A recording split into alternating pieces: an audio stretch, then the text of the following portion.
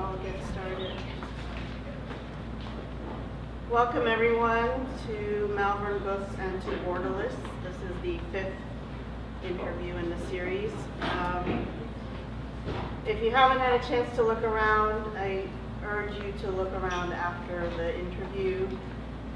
You're not going to find another bookstore like this anywhere, and I voted for it in the Chronicle best bookstore of Austin. So if that is still open, you should all vote for Malvern. But this is a truly independent bookstore. My sister was just commenting on the poetry and translation section, like where do you see that? So definitely look around, buy some books, and we'll have a little chance to mingle at the end. Borderless, Conversations on Art, Action, and Justice is about the power of words and the role of art in reflecting and changing our world. You would think I'd have that memorized by now, since I don't have it memorized yet. In this interview series, I talk to emerging and established writers about how and why they write and why it matters. So my 5th guest in this series is someone I know very well. This is my sister, Rinku Sen. She is a poet, literary, this is not. She is not a poet. This is, here we go, Rinku Sen. Rinku Sen is a writer and a political strategist with over 30 years experience leading racial justice organizations in the United States. She has trained thousands of organizers, activists, and agents of social change across the country. Rinku is currently Senior Strategist at Race Forward, having formerly served as Executive Director and as publisher of their award-winning news site Colorlines. Under Sen's leadership, Race Forward has generated some of the most impactful racial justice successes. Sen was the architect of the Drop the I Word, a campaign for media outlets to stop referring to immigrants as illegal, resulting in the Associated Press, USA Today, LA Times, and many more outlets dropping the I Word, affecting millions of readers every day. Her books, Stir It Up and The Accidental American, which are on sale here, theorize a model of community organizing that integrates a political analysis of race, gender, class, poverty, sexuality, and other systems. A highly sought-after keynote speaker for colleges, Sen has spoken at Harvard, Brown, University of Michigan, Penn State, and she was the commencement speaker at Antioch, New England. She is a James O. Gibson Innovation Fellow at PolicyLink. So please join me in welcoming. So Rinku's going to start by reading from her book, The Accidental American. And can you all hear? Is the volume good? So I'm newly old, so I have to mess around with glasses. Thank you for that lovely introduction, Joyce, and thank you to Malvern Books for including me and having this series and building this beautiful space. What an amazing space. I'm going to read to you first from the very beginning of The Accidental American. This book has been out for almost 10 years now, about 9.5 years, and it's a story of the aftermath of September 11th on a group of restaurant workers in New York City who were doing pretty well before September 11th, actually unionized, making a fair amount of money at Windows on the World where they worked. And after September 11th, when they had lost 73 of their colleagues and coworkers and friends, but also their jobs, and for most of them, the best job in the best circumstances that they had ever had. So the main person in this book is Fekak Mamdouh, and this is the beginning of his post-September 11th journey. This chapter is called Coming to Citizenship in a Near Global Age. At 8 a.m. on September 11th, 40-year-old Fekak Mamdouh was asleep, having worked the previous night's late shift from 4 p.m. to 12 a.m. His wife Fatima lay beside him. She had dropped off their daughter at kindergarten 4 blocks away and then climbed back into bed. For 6 years, Mamdouh, who everybody knew by his surname, had been a waiter at Windows on the World, the luxury restaurant on the 107th floor of the World Trade Center's North Tower. He had started working there in 1996 when Windows reopened after the 1993 terrorist bombing in the building's basement. Mamdouh's wide brown eyes and the round apples of his cheeks gave him a disarming look of innocence. These mellow features hid the scrappiness that had made him a beloved, though sometimes controversial, union leader.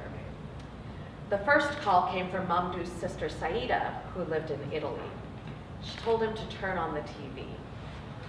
The second call was from his brother Hassan, who lived down the street. "Listen, brother, there was a plane that just crashed through the Twin Towers," Hassan said. "Guess what? You're not going to have a job for a couple of months while they fix the place." Mamdouh and Fatima turned on the TV thinking of terrible accidents when the third call came, their neighbor telling Fatima to get their girl out of school. Fatima hurried to retrieve her daughter, Iman. When she got back, Mamdouh was still transfixed by what was flashing across the television screen. He said to Fatima, "You watch. They're going to say it's Muslims." Fatima asked him, why did he think so? "Because they did it in '93, he said, referring to the earlier attack. Without eating, Mamdouh left their house in Astoria, Queens. He went to 8th Avenue and 44th Street, the offices of his union, Local 100 of the hotel employees and restaurant employees. He and other union members made 2 lists, one of all the workers who would have been catering breakfast for risk management employees that morning, and another of all the places they might be found. Then teams of shop stewards and union organizers set off to search for the workers and track their families. Mamdouh paired up with a colleague, an Egyptian immigrant and now former captain at Windows. The 2 started out at hospitals asking who had been brought in. They met many families of people who had worked at the World Trade Center, but they found no actual casualties of the attacks. They made their way down Manhattan's west side where all the hospitals are located. After the 4th one, Mamdouh's companion, who had been crying steadily, said he couldn't take any more. He went home, while Mamdouh headed to the morgue on 1st Avenue and 30th Street, staying there until 3 a.m. The following night, Mamdouh gave an interview to a cable news channel. One of his friends, another Moroccan, saw the interview and called him the next day to ask him why he hadn't said that Muslims, meaning regular, real Muslims like them, had not done this thing. Mamdouh told him that people already knew. For the next 5 days, Mamdouh ate and slept very little. He spent hour after hour circling the morgue's lobby carrying a sign, "If you know anyone who worked at Windows, or if you worked at Windows, please call the union." Mamdouh was able to cross barback Mario Peña's name off the missing list on September 12th, and he found cashier Fahima Nasser a full week later. But in the end, 73 of his co-workers weren't coming back. A couple of days after the attack, Mamdouh and Fatima went to their neighborhood Pathmark store. She had covered her head in hijab, as she had since her mother had died 3 years before. It was evening, and the store was not at all crowded. They were the only people wanting to buy fish, and Mamdouh stood at the counter with her while she tried for several minutes to get the fishmonger's attention. Eventually, Mamdouh's patience gave out. "Hey, she's trying to talk to you," he said to the clerk, who continued to ignore them. "She's trying to ask you a question." "Don't you know what you guys did?" was the response. "What?" "The World Trade Center." It was a mumble, but Mamdouh heard it clearly enough. He snapped. His eyes widened, his smallish frame puffed up. "What are you talking about, what we did? I lost 73 of my friends there. Maybe you didn't lose anybody you don't know what you're talking about." The clerk backed up from the counter while Mamdouh yelled, "I want to see the manager." He yelled some more at the manager, who apologized. Neither Mamdouh nor Fatima would ever return to that store. Something shifted in Mamdouh that day. The clerk's accusation had wounded him. 2 days after the tragedy, he was ever aware that he himself could easily have died. He suffered for the loss of his colleagues, and the idea that somebody would associate him with their deaths because he was Muslim was shocking. Until then, he had been living the life of a lucky immigrant, getting great jobs in high-end restaurants because he spoke fluent French. He had come to the United States to make money and to be near his younger brother. And although he missed Morocco, he had felt American enough to marry here and have 2 children who were born US citizens. Despite his prediction to Fatima that Muslims would be blamed for 9/11, he had actually managed to get by for 12 years without noticing American discrimination in a daily way, not toward Black people or Asians, and certainly not toward himself. Now, he rewound his history, noticing things that he hadn't seen clearly before. He couldn't yet know, however, that these new insights would reshape his life as an immigrant worker in America. Thank you.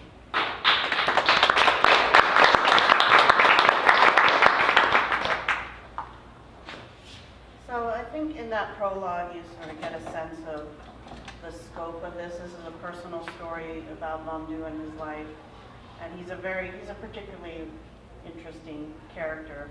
But it's also about immigration. It's about labor. You know, there's a lot of interesting policy talk in it that I think the way you weave that in was very well done. Can you talk, I mean, somebody was praising this book to me a few weeks ago, and she said one thing that she really liked was how much Mamdouh's voice came out in it. So can you talk a little bit about the process and That's super how kind. you...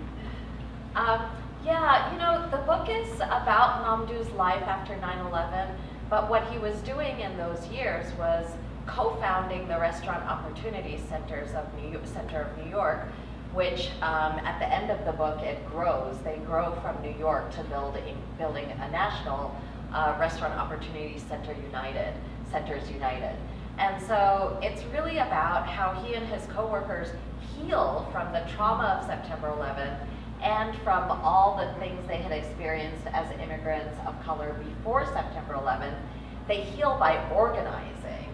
So in the early chapters of the book, September 11th has happened, and these workers who have lost their union jobs, they're traumatized. They're completely freaked out. They're depressed. They're anxious. They don't sleep. And they start out going to doctors, like going to the Red Cross, through the Red Cross system, and getting pills and having some therapy and things like that. But what really changes them and enables them to keep living in New York is getting power back, like getting back control of their lives, of their livelihoods, and they do that by exercising control over their industry, the restaurant industry. So the story is, so I met them all, Mamdouh and these workers, 6 months after September 11th when I moved to New York, and I had been writing about Saru Jayaraman, who is Mamdouh's co-founder, and I was checking her quotes for Stir It Up. Actually, you have Saru in both books. I was checking her quotes, and she said, well, since you're in New York, do you want to come see my colleagues at the new organization that I'm building? And I went to the HERE office, the Hotel Employees, Restaurant Employees office, and I met Mamdouh and Sibi, and Sibi is a African immigrant who's prominent in the book as well, and you know, met their other coworkers. There was a handful of them in the office that day, and I could feel their bond and their fear, and also their energy, and I thought immediately, oh, there's going to be a good story here. I don't know what these people are going to do. They don't really know what they're going to do, but I just thought the combination of elements was powerful. So I asked them right away. I said, I think what you're doing is going to make a good book, and can I follow you and write a book? So they said yes. So then I followed them around for 6 years, and it wasn't until like year 3 that we decided the book, that Mamdouh would be the central character of the book. And what was happening, so this is like a writer art thing and nonfiction and politics. What was happening is I was like following them all around, I was tracking the campaigns, I had multiple characters, but like the organization was not a good enough character. I didn't think like the organization as character would sustain a book-length work and people would want to read it. And I was sitting in a meeting one day and I was watching Mamdouh do his thing. They were like talking about whether they would do an action the next day or not on this employer. And it just flashed in my head, oh, Mamdouh should be the person that we tell the story to. So then I negotiated that with him and with the organization. And because he was co-author, we talked about everything, whether we'd include this scene or that scene, and many of the chapters are not about him. They're about like the people who are anchoring specific campaigns they did to get started. But I think his outlook does shine in the book because it is as much his book as it is my book, I guess. But the process was, I went to all of their meetings while I worked full-time and went to journalism school, so I did miss a few of their meetings. And I wrote down everything everybody said so that I could have actual scenes. And I think you get to know Mamdouh not just by his voice comes out not just in the words, the dialogue, but also in his actions.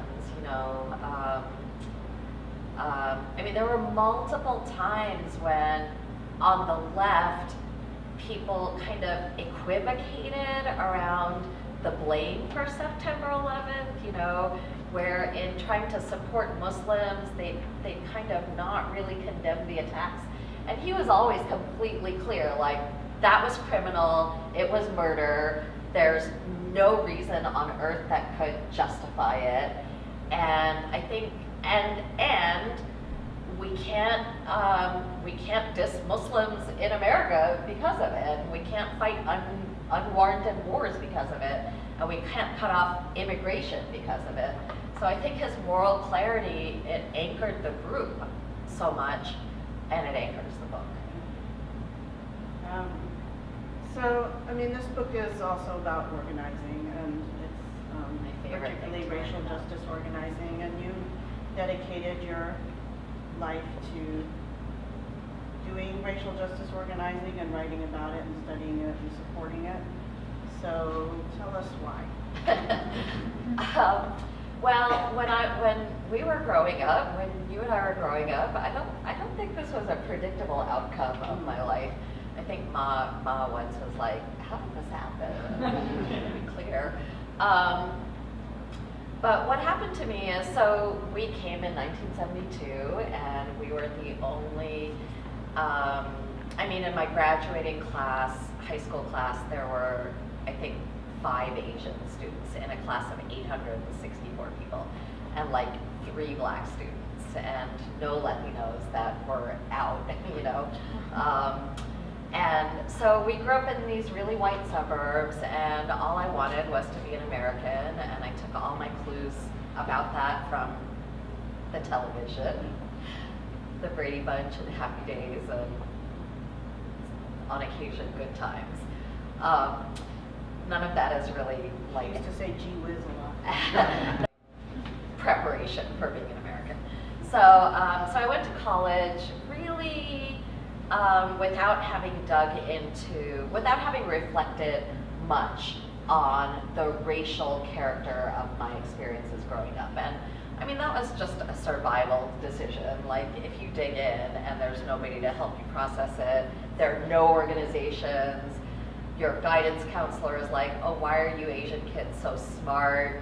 You know, you stay away from the topic.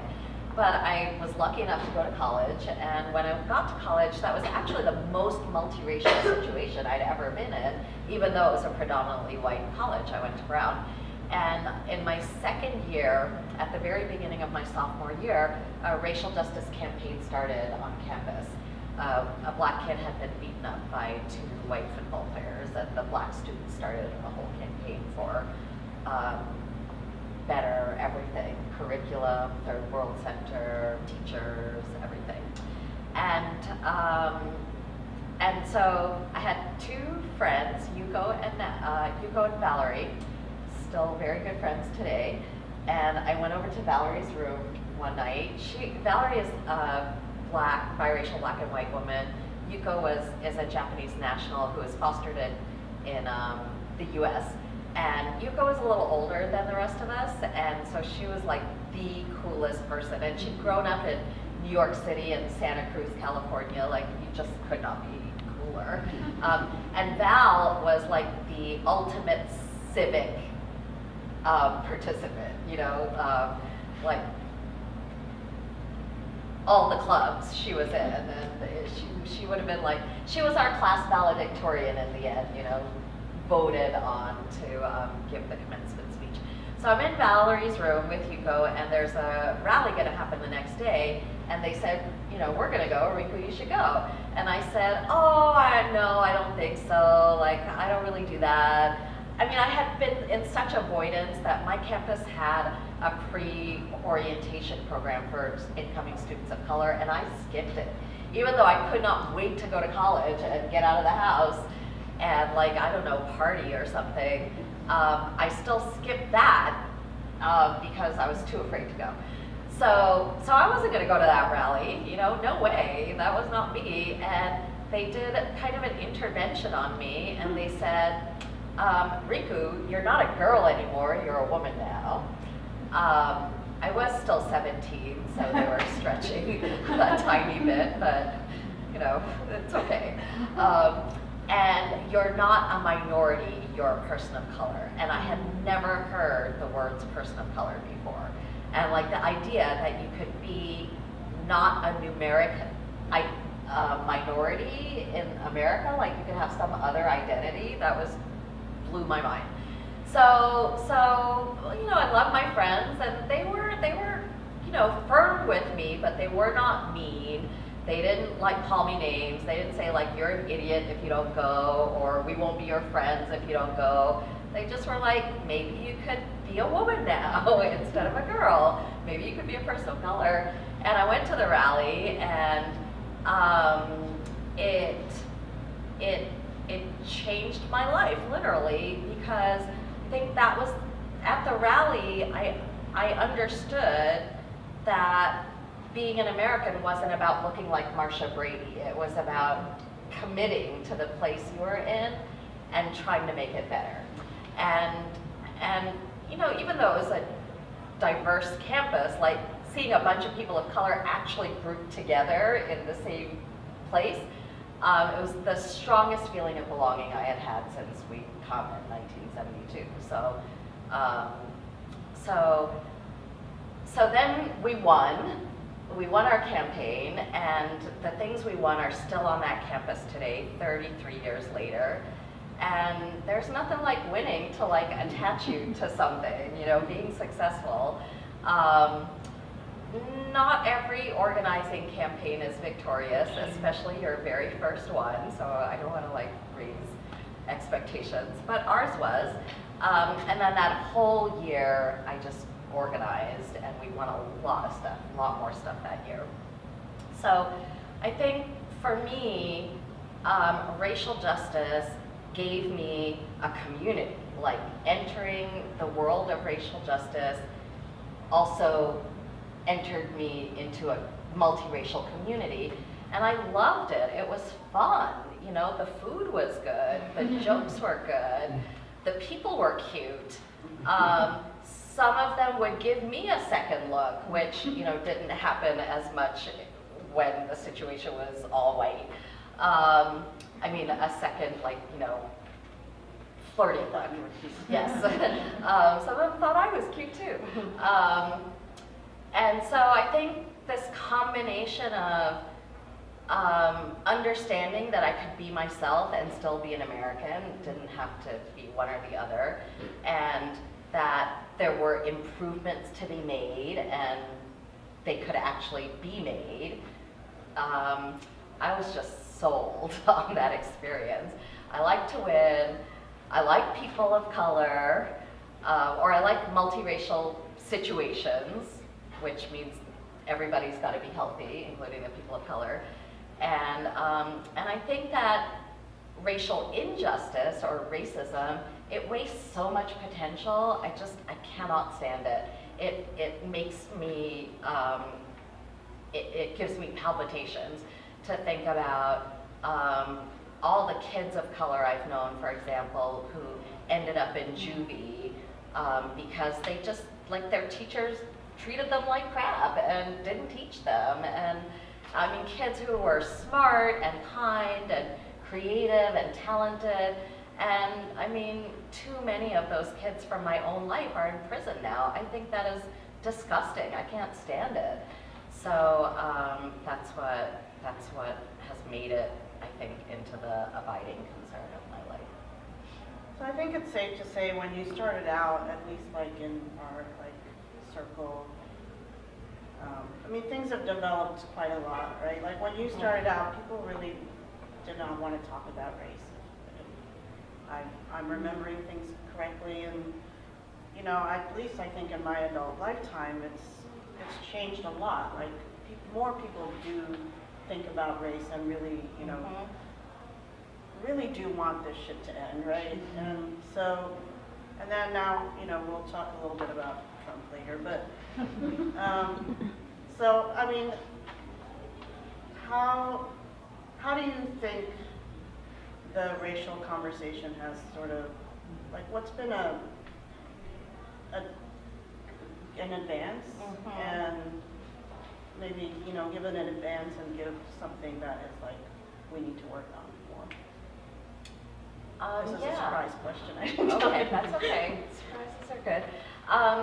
So in the course of my career and life working on these issues, there are two ideas or two concepts that I found really shift the conversation and shift a lot of people. So one is that there's a difference between diversity and equity, or diversity and fairness.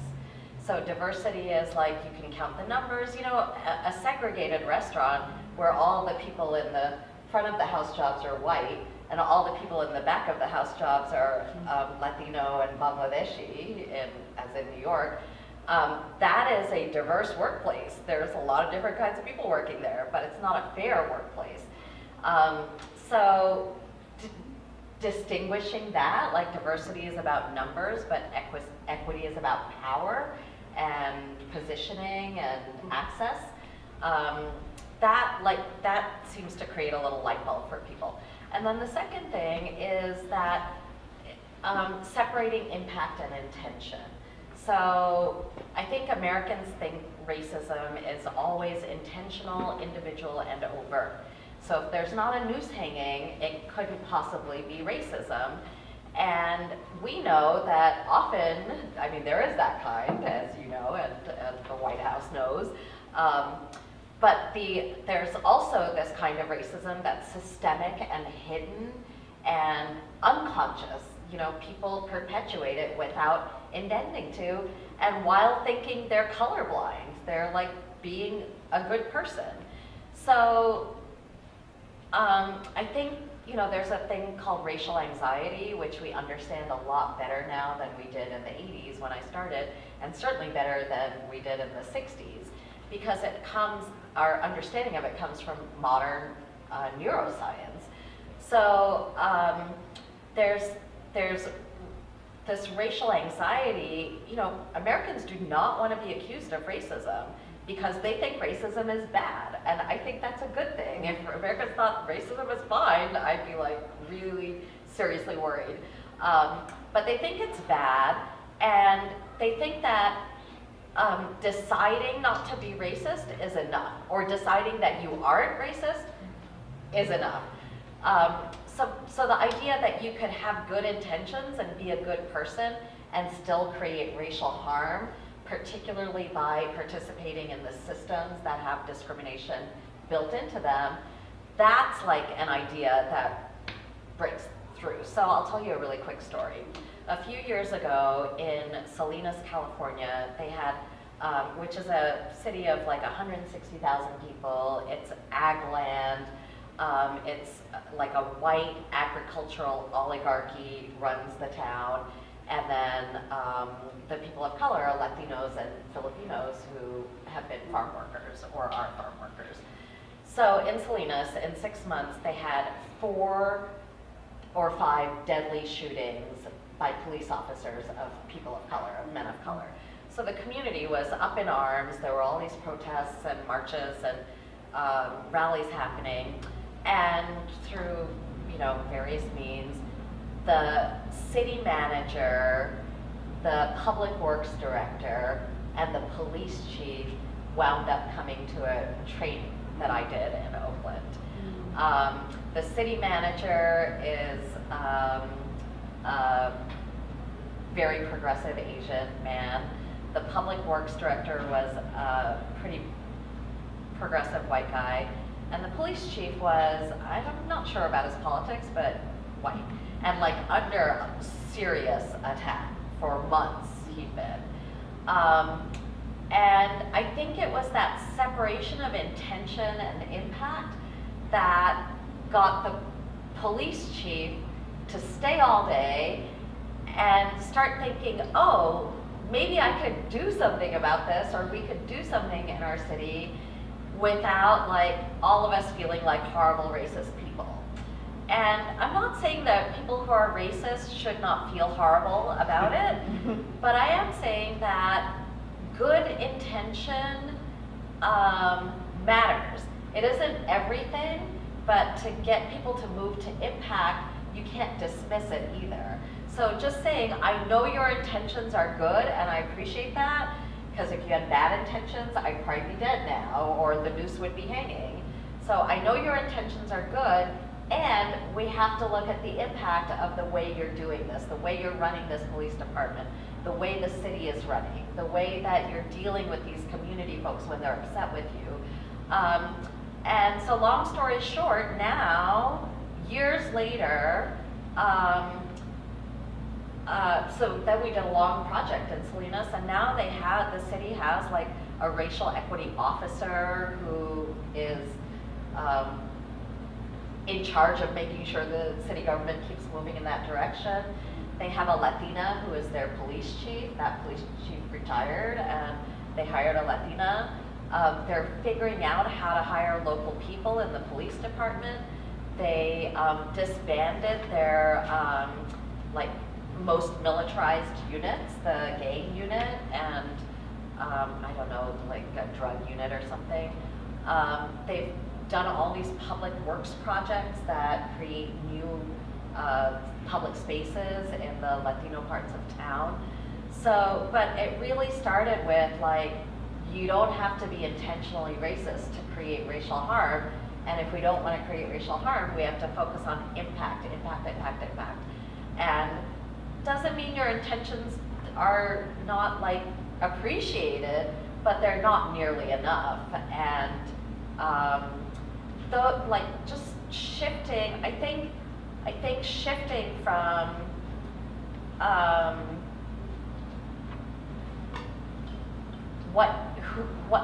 who you are to what you do is what makes the difference.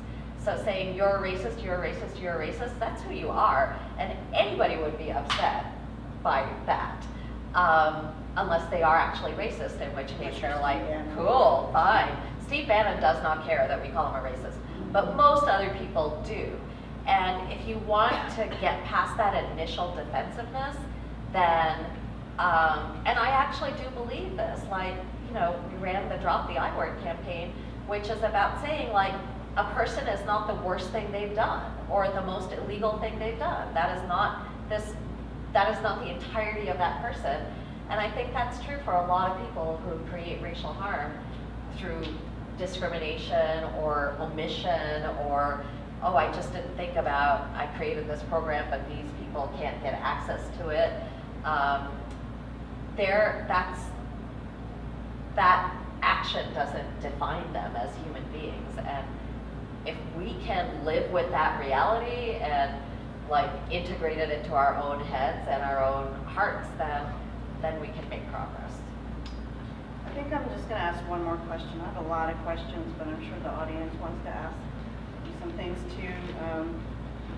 So I think I'm going to skip ahead to Trump.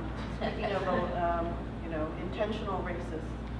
Can you talk a little bit about like this work, the racial justice organizing and community organizing, in relation to something like this regime, which, my analysis is that it's a fascist regime. This is a regime that's trying to consolidate fascism. And one of the things that they want to eliminate is the right of people to be able to organize themselves and get justice, right? So,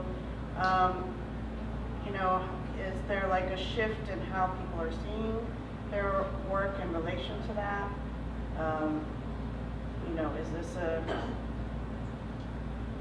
Is this something that requires like a shift in strategy or thinking? Is this a oh shit moment? I think it is a time that requires shifts in strategy and thinking. I think a few of the things that have happened, on the positive side, I see so many more people coming out around race issues than ever before. And that kind of precedes Trump. It's like the Black Lives Matter era. So it started around like 2012, 2013. But in Stir It Up, you'll see, I predict that that's going to happen. Stir It Up came out in 2003, and I said in it, there are these social movements that are going to combine like feminism and racial justice ideas and anti-capitalist ideas with the skills of community organizing, and they're going to like get bigger and consolidate, draw a lot more power. And in fact, that happened. And I think Trump's election is shocking both because it reflects our failure, the failure of a growing movement, but also the 25 years we had before that. And it also reflects our success. Like, I don't know that without an Obama presidency and without Black Lives Matter taking up space the way it did, and without the immigrant rights movement of 2005 to 2016, I don't know that white supremacists would have had as much animating their organizing, right? So I see Trump's election as backlash or, white lash. But there was something to lash against, and that thing that was very young, even when Trump got elected, it has grown, and it's starting to exercise power in a lot of different arenas. But I don't think that the kind of organizing the racial justice movement is doing is in fact going to get him out of office. I think it will build stuff that we will need once they're done, because the regime is going to end eventually. One way or another, it's going to end. It's a question of how much time. And I do think that in racial justice, there are people and institutions who will know how to carry on after that, because it's going to be bad. And at the local level, our movements are exercising and just kill anything progressive on labor, on taxes, on public spending, replace that entire slate. And that was done by the racial justice movement in New York. DA's races all over the country, Philadelphia, Cleveland, Black Lives Matter, BYP 100, they are replacing DAs, racist DAs. So I think we've got a lot of growth happening, a lot of people joining. I think that the more welcoming we can be of new people into the racial justice movement, the more likely it is we'll succeed. But I think that there are some things we have to stop doing, actually. I haven't been training racism this way for a long time, but when I first started learning, going to race workshops and things, I would learn that trainers would say that all white people were racist because they were racially privileged, and if you used your racial privilege, then you were racist. I just don't think that's true. I think you can be racially privileged and not be racist. So there's got to be some space for that. I don't say that. I don't agree with it. And I think we have to stop saying it as a movement, because I don't understand why we want to make the white supremacist end bigger. Why shove all the white liberals into the white supremacist camp? Why wouldn't we try to set by saying, oh, you're all racist? And which is not to say that everybody shouldn't consider whether or not they hold racist ideas or behave in discriminatory ways without intending to. We should all self-examine. But all white people are racist. I can't get with that. And they would say people of color can't be racist. But in the era of an Obama presidency and mass deportations, how do you say that? It's again, well, you elect Trump and you forget that Obama did that. I think why do we want to make, actually, never mind, I don't know what I was gonna say, but the more we do these kind of at the individual level, all these people are racist, all these people can't be racist, we're too complicated a world and society for that. And the thing about race is it's not a real thing. There's no biology to it, right? My whole life I've said race isn't real, but racism is. And I think people forget the race isn't real part. We forget. We racial justice people forget. And we behave in these very essentialist ways, people of color can't be racist. And I just think those are very old frameworks that are grounded in times where we didn't have the kinds of power, institutional power that we do now, where we didn't have the racial mix in the country that we do now. And we gotta move on from those outdated ideas to a set that is about how are we gonna take apart the idea of racial hierarchy and how are we gonna generate the impact that we want for everybody. I think ending white supremacy is in everybody's interest, right? Yep. It's in white people's interest. It too. is. And, James Baldwin would say that white supremacy hurts white people as well as it hurts, everybody else. And, I also don't think that you can actually end white supremacy without white people, No. and so I did want to ask you about allyship, but I don't think maybe somebody in the audience will ask that question. Can I just say I don't like the word allyship? Solidarity is good, unity is good. But part of why I don't like it is, even though you didn't ask me, part of why I don't like it is because it's about separate people supporting each other.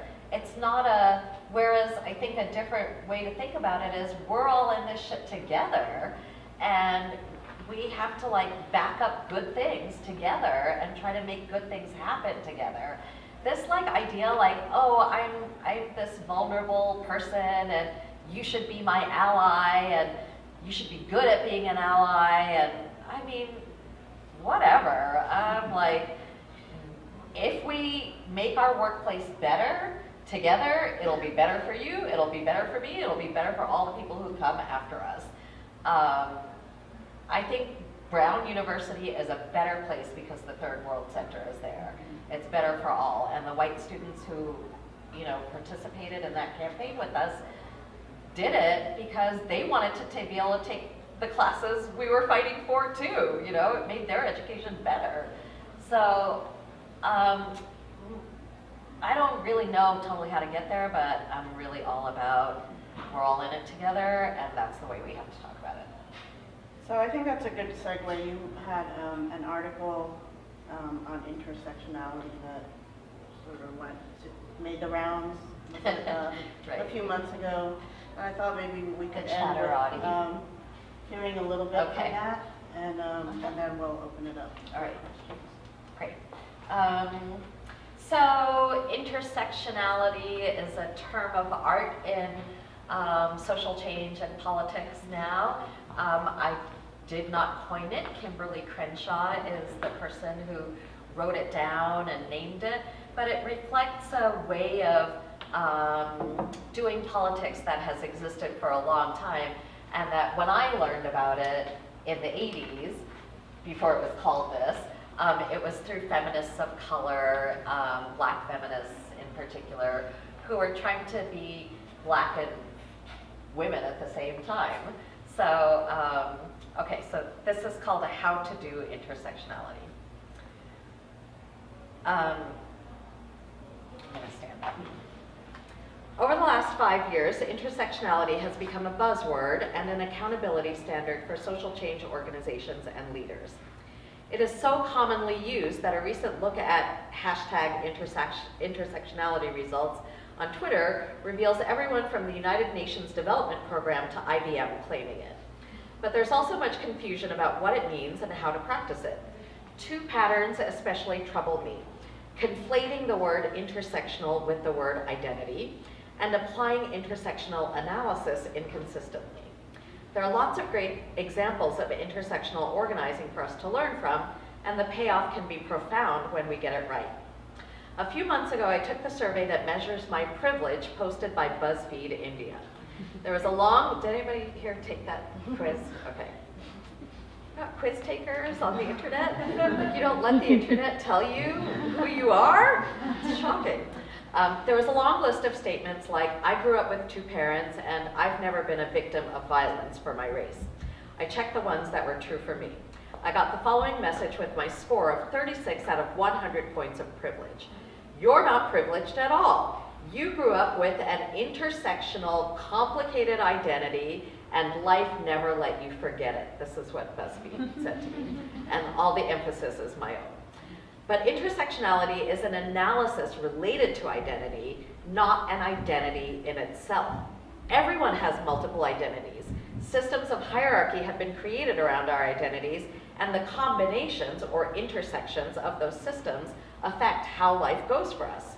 Some of these identities give us a leg up, while others push us a rung down the ladder. The combination of identities can compound or diminish advantage, or compound or relieve harm, and there are perhaps endless variations.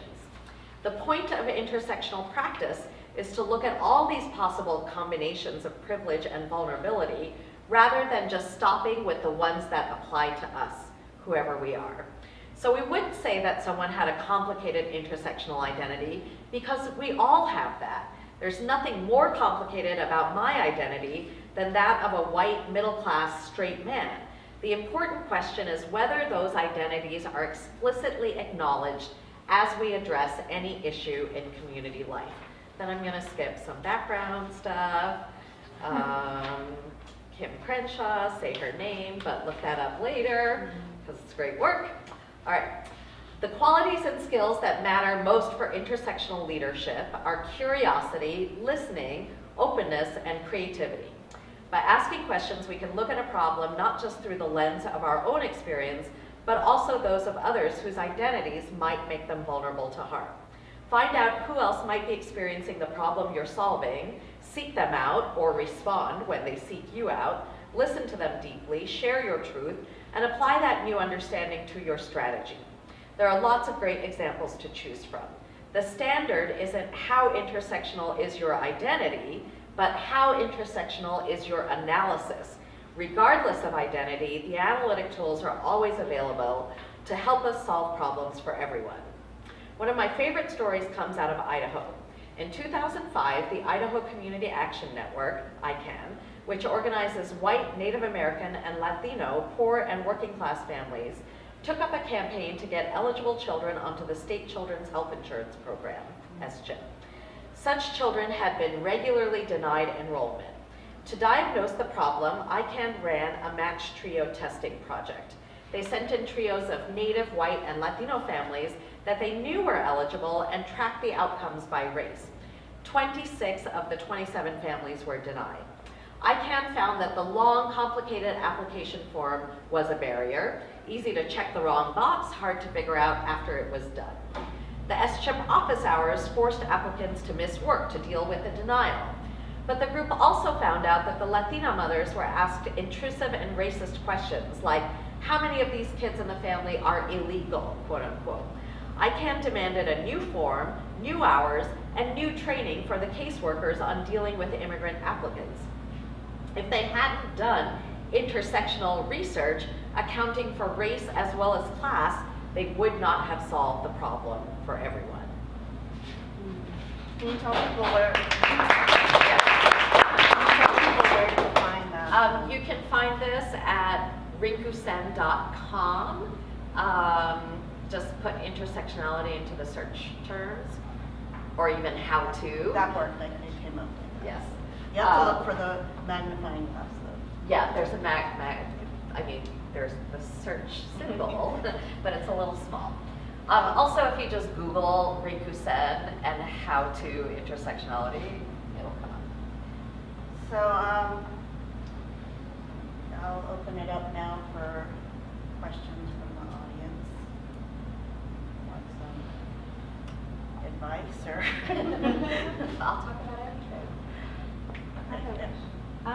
One of the challenges I face a lot when I'm talking to a large group of people is the desire to meet people where they're at on their journey of understanding of their own experience, their own development of identity. And I think I get lost in that desire to like meet people where they're at. So I can do that one-on-one with people, but it's really, for some reason, I feel very overwhelmed and kind of I hit a wall when it comes to a large group of people. And so in your experience, when you're community organizing, when you're educating people, what perspective do you take when you're training people, when you're in a large group of people that you know are at various stages of growth? Well, the first thing I do is say that people here are at various stages or have different understandings and different levels of experience. So just acknowledging it can make your group feel like you see them and you welcome them. And, you know, I just think you want people to share. Like, you want them to say where they're at so that you can then work with where they're at, and so that you can also enlist the group in that, right? So, so you know, if you're teaching or training, like try to build in a question that people can respond to you on early on. Acknowledge that people are coming in at different levels. You know, I talk a lot about my own growth process because people think I'm a professional woman of color, you know, like I was born this way, but I was not. I had to become this person. So, and you probably had to become you. So share your story of how you became you. I think the more we can break down the process of developing consciousness and getting active, and like revealing our own mistakes, the more people trust us and feel like they can stay, that you can keep the channel of communication open.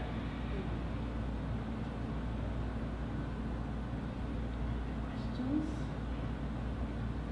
Someone in the back, yeah. So I have a question about an article which appeared in N+1 magazine recently by Adolph Reed, in which he criticized the idea of diversity, and that reminded me of another article that had appeared in N+1 4 or so years ago by, I'm forgetting the name of the author, but he criticized the role of South Asians in particular in how, for example, diversity was brought to the TV, shows, and one term which he used was white Indians, basically people who are, acting like while they are being used and allowing themselves to be used to, versus these, so-called barriers.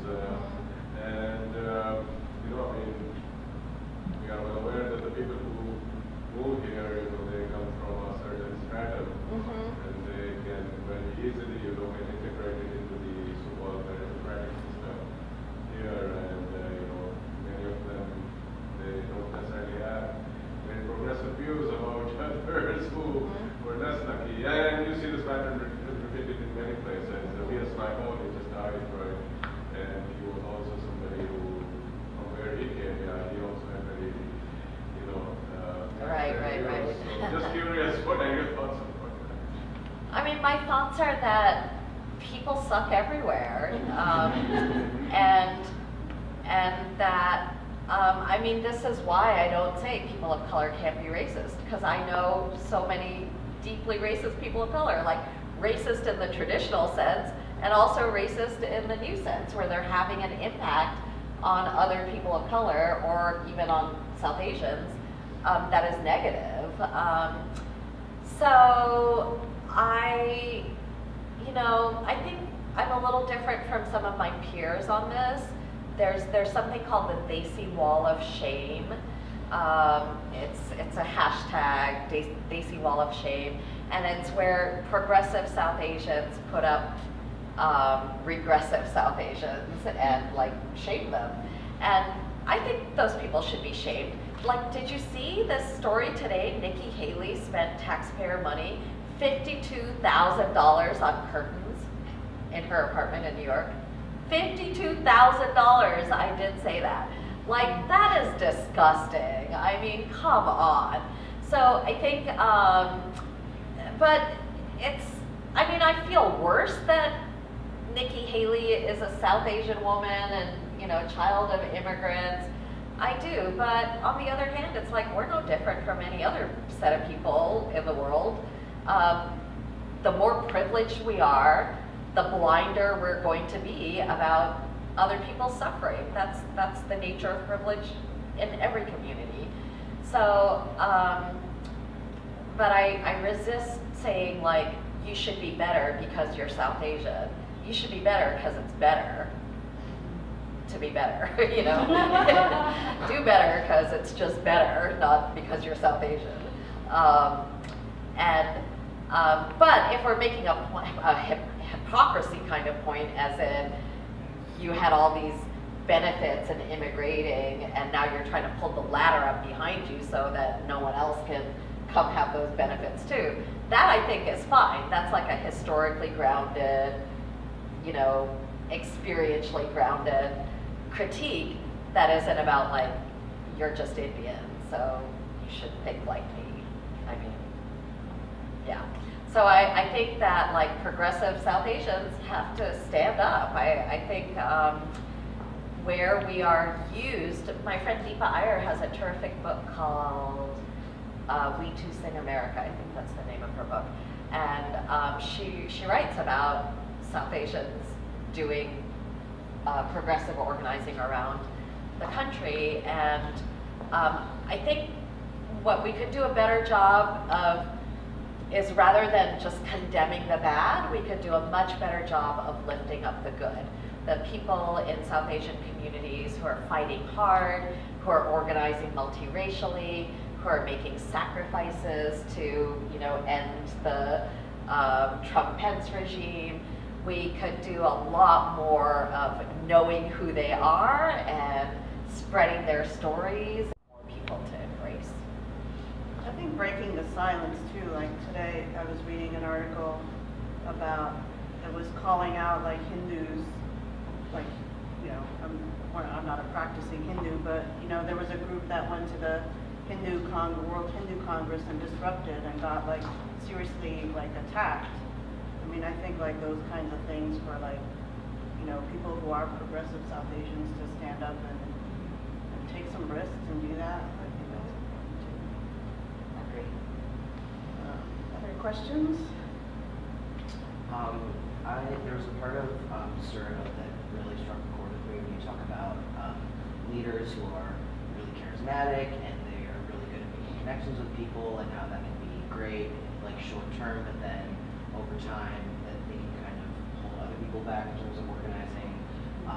And actually watched a video today of someone at a theorize event who disrupted the event, saying that he was taking credit for all the stuff he didn't do, which is not the same as what you were writing about, but I was just wondering if you had any examples of that you saw, like since you've written this, or like strategies of dealing with that, you know?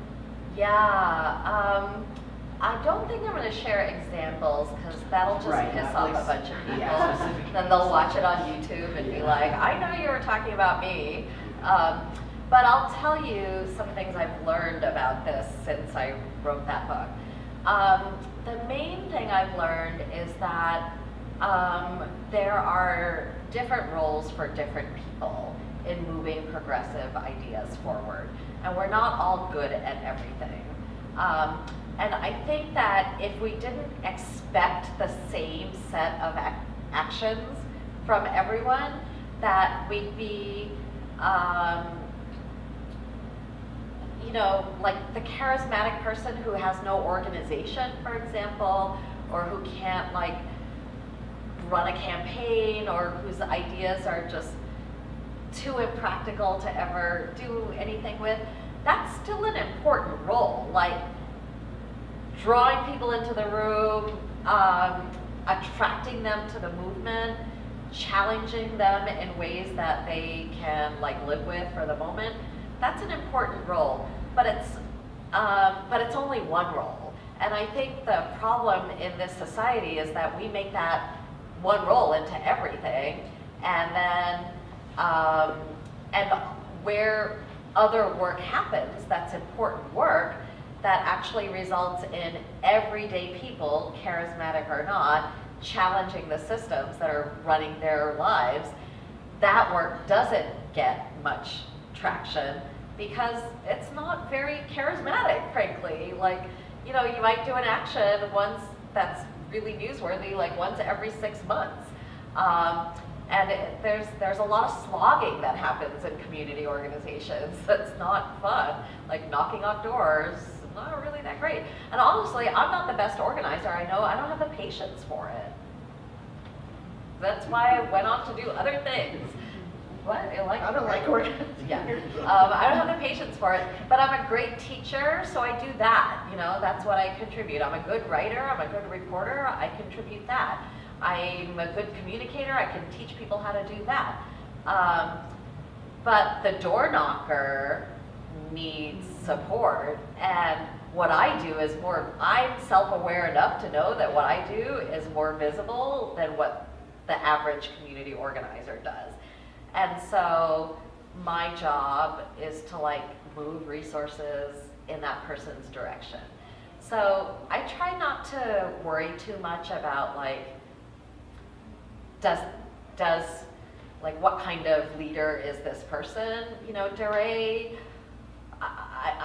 I know the dynamic you're talking about. I know him. I know the women who founded Black Lives Matter. I know about their conflict. He, you know, if someone discovers DeRay and is like, oh, he's raising my consciousness and now I get it, like more power to him and to them. And the Black Lives Matter organizations that are replacing DAs, that are, you know, closing down juvenile detention centers, that are connecting with the immigrant rights movement and stopping deportations, that's where I'm gonna like try to drive resources. So I don't think DeRay needs to be condemned. We just need to drive the resources over to people doing other really important and very under-resourced parts of the work. That's how I think about it. Any other burning questions? I mean, we'll have, if you want to approach Rinku one-on-one, I'm sure she'll field one-on-one questions. Please buy books, buy our books, and buy Buy a other book of people's books. poetry, yeah. And, well, I just want to ask you one more question, though. Okay. What are you reading right now? So, Joythi said it was okay for me to confess that I haven't been able to read very much. I mean, kind of since the election, my focused ability to read like the way I used to read is not there. But I do still read. So, great things I've read. 2 wonderful memoirs by activists. When They Call You a Terrorist is Patrice Cullors' memoir. I mean, we talked about DeRay and his like charisma, but man, Alicia, Patrice, and Opal, who you know, started that expression of the movement. They're some charismatic women. I mean, it's hard to like tear your eyes away from them. And Patrice's book is about her childhood and her early days of organizing with the bus riders union in New York, in LA rather, and then Black Lives Matter. And it's a really great insight into the life of an organizer. And then the other memoir I read, which is great, is called No Ashes in the Fire, and it's by Darnell Moore, and who grew up Black kid, growing up working class in Camden, New Jersey, and gay. So it's about being a gay Black kid in working class Camden, and beautifully written, really good book. Also, those books are short, so I could manage them. And the other thing I'm reading right now is Curtis Sittenfeld's book. I really love Curtis Sittenfeld. I don't know if anyone reads her, but she's a satirist, novelist, just very interesting writer to me. And so I read 2 of her books recently. One is Eligible. So she, they're doing these modern reinterpretations of classics. So Eligible is Sittenfeld's reinterpretation of Pride and Prejudice, and very good.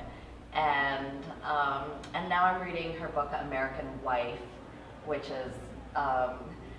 she says is not a book about Laura Bush's sex life, but was inspired by Laura Bush's story and has a lot of sex in it.